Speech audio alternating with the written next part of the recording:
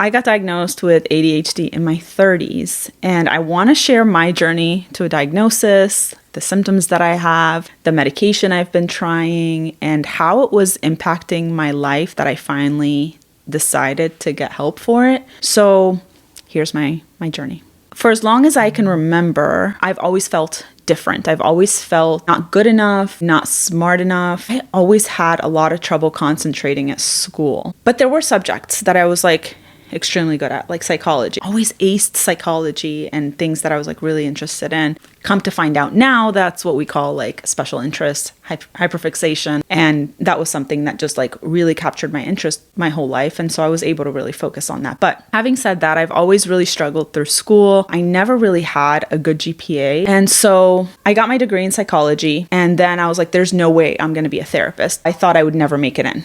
I would never make it into graduate school. I think I graduated with my bachelor's with a 2.75 or something like that. And there was no way that any graduate program was going to accept me. I didn't apply. I just gave up. I got my bachelor's and I was like, what do I do now? I just had made that assumption in my mind that no, I'm just not smart enough for this. Years later, I go through a really big depressive episode and I see a therapist for the first time in my life, and she changed my life.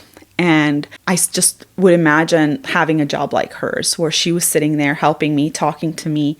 And I was like, wow, this seems really cool. So I kind of got motivated again to try to look into it. And I found a school that did not require the GRE. And they also weren't hyper-focused on your GPA. They would accept you in on a conditional basis. They were like, you can come in. If you get anything below a B, you're going to get kicked out. And that sounded great to me because I was like, that's good. I'll take one class at a time, 2 classes max. I can get Bs. I can probably get As. They're psychology classes. After all, I always got As in psychology classes. So I can do this. So I ended up going to that school, graduated with honors with a 4.0 because it was my special interest. Then my life kind of started to change because I was like, wait a minute, I'm probably not dumb. But what is going on? What is going on with me? I started my own business, which is amazing for ADHD. People with ADHD, I learned, we thrive on entrepreneurship. We're really good with big picture ideas. We're very creative. We're impulsive, which makes us take risks really easily. The impulsivity works fine in that way. And typically because we're so high energy and because we're fulfilled through the dopamine, through these new adventures, we actually end up succeeding in them. There's a lot of very successful entrepreneurs that have ADHD because of this. But once the dopamine wears off, we kind of tend to get bored, and the mundane tasks of running a business become very challenging. The scheduling, the answering emails, the doing things that have to be done repetitively day in and day out, the things that don't excite us become very overwhelming. Long story short, the older I got, the more these ADHD symptoms started to impact me really, really badly. And after the pandemic hit and I no longer had a full-time job working 8 to 5 and I was all on my own, that is when I struggled and thrived. Not having a schedule, I'm constantly in a state of paralysis. Getting stuff done is extremely difficult for me. The executive dysfunction is so hard to explain. I know I have to do this thing. I know I have to put these things away. I know I have to organize or start this project, and it's almost like there's 100 pounds of weights on top of me saying, no, you can't, or you can do it tomorrow. If there's no urgency, now, it's so difficult for me to get things done. And that started to cause a lot of issues in my relationship. My husband is so type A, and some of his questions was why can't you just do it? I don't understand. And I couldn't really explain that to him. So as I started to learn more about ADHD and I started to really consider that I might have this, I decided to go get an assessment. So the first step in me getting this diagnosis was talking to my therapist about it. I had already been seeing a therapist, and I just talked to her about some of the things that I was going through. So she did recommend that I see a psychologist. So then I saw a psychologist. She assessed me for about 3 hours, and she was like, yeah, I think you have this, but I want you to go get a neuropsychological assessment because I want to see what subtype you have. And I want to see if there's anything else at play, like anxiety or whatever. So she gave me some referrals to go. And of course, if you have ADHD, you will really understand this and you'll really relate to this. I could not make that appointment. I tried to make the appointment. I called once. They didn't pick up my call. Okay, I'll call again tomorrow. Nope, never called again tomorrow. Then I would get to the point where I was really struggling or got in a fight with my husband again. And then I'm like, no, I got to call again.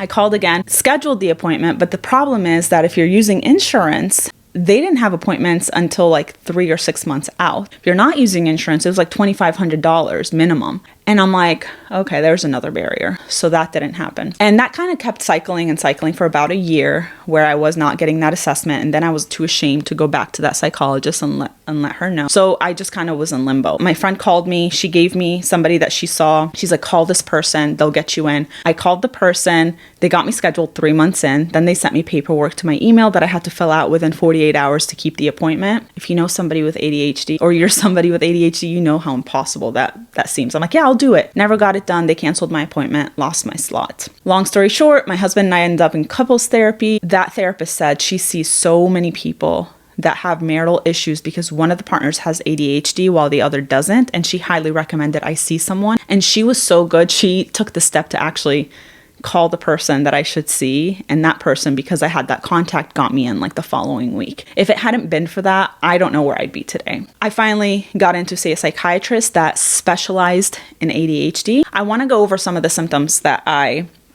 shared with her. Number one is executive dysfunction. So this is delay and severe struggle to complete the simplest but mundane tasks. And I would fight with my husband over it. Things like opening the mail, ordering medicine for the dog, paying bills. My water got shut off because I didn't pay my water bill for 6 months. I had the money in the bank. I just couldn't get myself to pay the bill. Contacting customer care when needed. Maintaining an organized and clean home. Very difficult for me. I missed my mortgage payment twice. And my husband and I both take care of this, but my part of the payment wasn't going through, so it was defaulted and they almost foreclosed on our house because of it. I'm overwhelmed all the time because of this. I miss important appointments and tasks. I've missed so many meetings and opportunities for work because I wasn't able to open the email or I just forgot the appointment. I can't focus or stay on task. I'm impulsive. I have to read things like 100 times over and over and over again to make them stick because I just start losing focus. I'm constantly fidgeting and moving around. I stim a lot of like repetitive body movements, like skin picking under my feet, biting my lips, and like just kind of like gently massaging myself. I have so many behaviors that I don't do in public, but I do when I'm on my own. I constantly freeze on projects. The paralysis is real. I start off on one task and then I end up doing every single other task besides that one task I set out to do. Difficulty relaxing. I binge so much because it gives me dopamine. But then when I do focus, I hyper focus and I can build a whole business in like a week. One of the biggest things that would get me and my husband into like some arguments was that when he's talking to me and there's other people around, sometimes there'd be other conversations happening on the side and I couldn't just focus on my conversation with him. I was focusing on everybody's conversations because everything just had some sort of interest to me. So she started me off on Ritalin, which initially worked for a little bit. And I don't know if it was a placebo effect because as time went on, it just like, I noticed that I was still very distracted. She put me on a little bit higher dose and an extended release. That also was working, but then I was having trouble sleeping at night, but it wasn't working as much as I'd like for it to work. So recently, like 2 days ago, she switched me to Adderall. We'll see how that goes. I'll keep you all posted on that. Other things that have been helping me include things like having a body double. So like working with someone alongside me, even if we're not talking, like just getting some tasks done. Another thing is task stacking that has been really helpful. So like to get myself to clean the house, I've been putting in like a crime podcast or something. And then I'm able to really just keep cleaning because I'm so interested in this thing. Exercising has helped me a lot. And then also maintaining a food schedule because I would like not eat, and then binge so much. So I was making it a point to like have my meals planned, and at least in my mind, like for breakfast, I'm going to have this, for lunch, I'm going to have this, for dinner, I'm going to have that. And that's important to me because I tend to like nothing sounds good when I open the fridge because none of it seems like it's giving me dopamine. I'll convince myself I'm not hungry. And then I'll feel the starvation. And then I just want anything that feeds me and gives me a lot of excitement. So I end up going for like chips and chocolate and everything that is like fast food or whatever, just anything that like gives me that like instant gratification. And then I have a cycle of shame afterwards for doing that. And then I don't feel good about myself. I still struggle a lot with all of these things. Medication and these behavioral changes have not like drastically changed my life. But what has changed is that I understand myself. I have so much more compassion for myself right now, and I'm able to communicate with my husband about it in a different way, and he's able to understand me in a different way. When you have that information, you can at least not be mad at yourself or be hurt that you're doing things and you're asking yourself, like, what's wrong with me? Like, why can't I do something that just seems so simple for other people? For me, I've always thought I was less than, or I wasn't, like I said, smart enough or good enough or capable enough. And so having this diagnosis really started to help me see myself through a different lens. But I must say, as good as all of that is, and that compassion, there's also been a grieving period. I'm still grieving for the younger parts of myself that had no idea what was going on. Like elementary school Micheline, middle school Micheline, high school Micheline, college Micheline, that thought she wasn't good enough. The Micheline that was misunderstood, the Micheline that was looked at by others as like disorganized and impulsive and all over the place. So that girl still exists within me. And so as happy as this is to get this information, if you're on the journey of finding out, just know that there is still like a lot of grief that will come along with finding this out, because it's like, what if I had known a little bit earlier?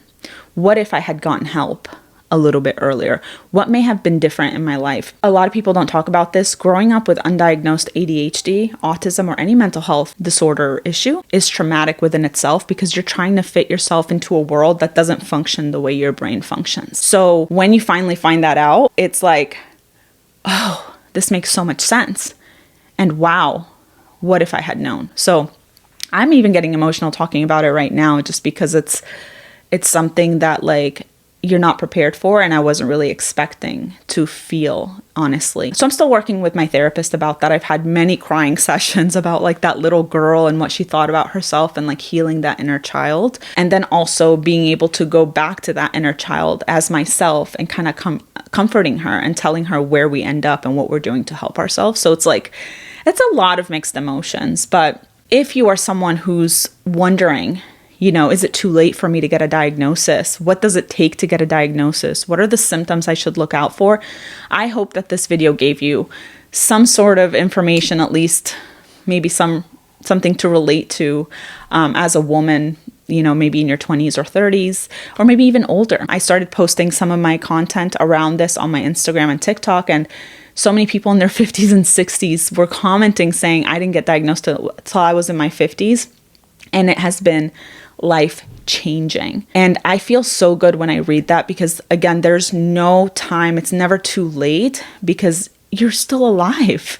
There's no such thing as it's too late, because if something's impacting your life today, if you get help today, then it can change tomorrow. There's a lot of stuff on social media now where people are saying, well, now everybody has ADHD. No, that's not the case. But I do think that a lot of people are finding out they have ADHD, and who knows, the numbers may be really skewed. Maybe more of us do have ADHD than we think, because again, the diagnostic criteria isn't written for everybody. So there's a lot of people suffering and not knowing what's going on. There's no harm if we find out more and more people have this, because that tells us that something is going on. No, it doesn't mean that everyone wants to get medicated, and you don't have to be medicated if you don't want to. Medication is a very personal choice. I've made the choice to try it out despite my extreme fear about medication my entire life, but mine had gotten to the point of it's really impacting my life so much that I felt like I needed to give this a shot for myself. And last but not least, this is something my psychiatrist told me that blew my mind. She said that ADHD is the one disorder that responds to medication 80% of the time, but it's the most underdiagnosed and underprescribed disorder, because the stigma still exists. Depression and anxiety respond to medication 40% of the time, yet those pills are given out much more than people who are struggling with ADHD. So let's just drop this fight. Drop this, why do you think you have ADHD? No, you don't. Just get organized and just start listening to people or listening to yourself and get the help that you need. I rambled on for a really long time. I hope that you got something out of this video. Let me know if you have any questions below, or if you want more about this journey. I'd be glad to share if you have any questions, and I'll see you in the next video.